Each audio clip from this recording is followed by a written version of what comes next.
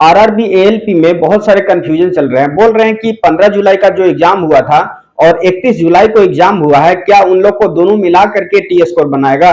तो बहुत सारे कंफ्यूजन है और एक टेक्स्ट भी, मैसेज भी वायरल हो रहे हैं।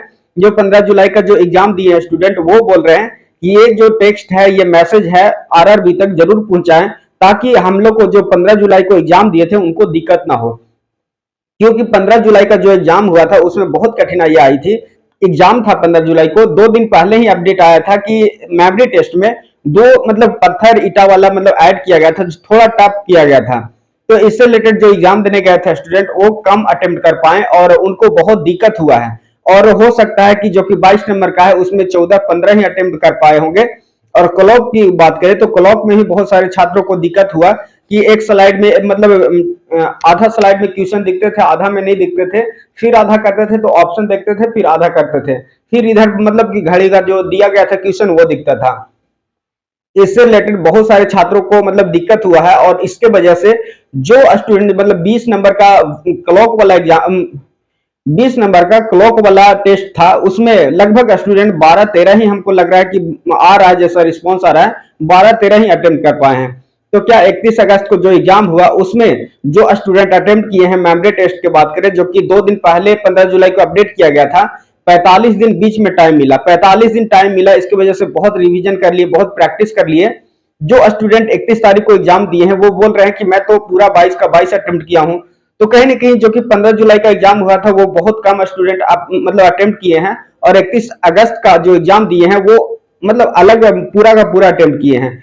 तो ये बात करना चाहते हैं कि ये जो कंफ्यूजन आ रहा है, ये डाउट आ रहा है, इसके बारे में आपको क्लियर कर दे कि पहले हम लोग चलते हैं 2018 में जो एग्जाम हुए थे आरआरबीएलपी का, और वहां भी इसी तरह से एग्जाम हुए थे। पहले जो एग्जाम हुआ उसमें बहुत सारे स्टूडेंट को दिक्कत हुआ, उनका एग्जाम कैंसिल हुआ, और फिर एग्जाम जब हुआ तो मतलब 2 पीरियड में एग्जाम हो गया और बीच में टाइम भी मिला था। तो जो रिजल्ट आया था, जो टी स्कोर बना था, उसके बारे में बता दूं कि जो एग्जाम अलग अलग हुए थे तो दोनों का जो टी स्कोर और बनाया गया था वो अलग अलग ही बनाया गया था। तो इससे रिलेटेड किसी तरह का डाउट नहीं रखिए, लेकिन फिर भी जो स्टूडेंट मैसेज कर रहे हैं, जो टेक्स्ट वायरल हो रहा है टेलीग्राम पर या इंस्टा पर मेल करने के लिए, वो करना बहुत जरूरी है। क्योंकि रेलवे बहुत सारा जो कि ट्यूशन होते हैं, जो स्टूडेंट को प्रॉब्लम आता है उसको इग्नोर करके अपने मन से जो काम करना चाहता है वो करता है। तो अगर अपना मन से अगर करेगा तो 15 जुलाई वाला स्टूडेंट पास ही नहीं हो पाएंगे, क्योंकि जहां अभी 31 अगस्त को जो अटेम्प्ट किया वहां मेमोरी टेस्ट में 22 का 22 अटेम्प्ट किए हैं, और बात करें 15 जुलाई का तो वहां पर 14-15 भी अटेम्प्ट नहीं कर पाए हैं। तो ये दिक्कत होगा। और क्लॉक की भी बात करें तो क्लॉक में भी जो स्टूडेंट मतलब 12-13 भी सही से ना अटेम्प्ट किए हैं, और 31 अगस्त को जो एग्जाम हुआ उसमें टोटल 20 में 20 अटेम्प्ट किए हैं।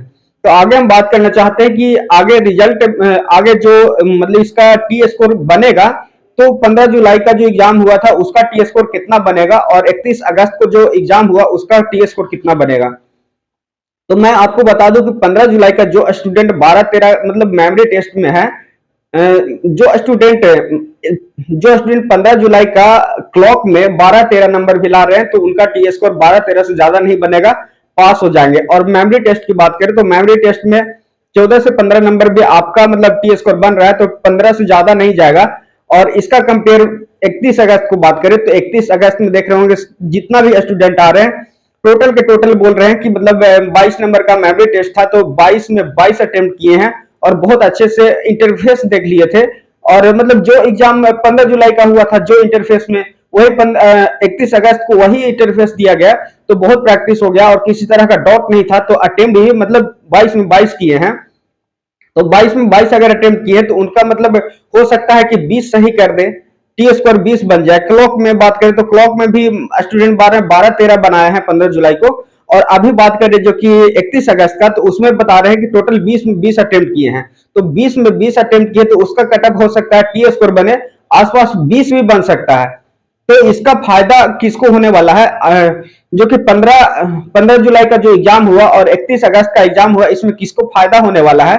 तो मैं आपको बता दूं कि 15 जुलाई का जो स्टूडेंट का एग्जाम हुआ, जो कि 80% स्टूडेंट है, उनको मतलब 12-13 नंबर भी मेमोरी टेस्ट में 12-13 नंबर भी क्लॉक में आ रहे हैं तो उनको पास हो जाएगा। लेकिन 31 अगस्त को बात करें तो 20 नंबर मतलब 20 के 20 भी सही किए तो हो सकता है कि फेल कर जाए, क्योंकि उनको टाइम मिल गया, बहुत अच्छे से प्रैक्टिस कर लिए, अटेम्प्ट कर लिए, जाकर के अच्छे से एग्जाम दिए, तो ये फर्क होने वाला है। तो कहीं ना कहीं बात करें कि 15 जुलाई का जो एग्जाम हुआ था साइको का, उसके कंपेयर 31 अगस्त से करें तो कहीं ना कहीं बहुत हार्ड हो जाएगा और बहुत ज्यादा टी स्कोर और ज्यादा फेल होने का चांसेस वहां पर 31 अगस्त को होने वाला है।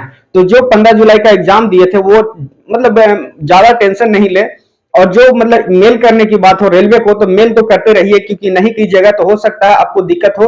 और अगर मैं एक बात और बता दूं कि अगर 31 जो कि 15 जुलाई 31 अगस्त दोनों को मिलाकर टी स्कोर बनाता है, तो कहीं ना कहीं फिर से एक प्रोटेस्ट मतलब होने वाला है, और बिहार में इलेक्शन है और बिहार यूपी का ही स्टूडेंट होते हैं, तो कहीं ना कहीं झटका लगेगा। तो मुझे भी लग रहा है कि प्रोटेस्ट नहीं करने देंगे। जैसे 18 में अलग अलग हुए थे एग्जाम, तो अलग अलग टी स्कोर बने थे, तो इसमें भी अलग अलग ही बनेगा। अब बात करें रिजल्ट की, तो रिजल्ट हमें बात करते हैं 18 से कंपेयर करके।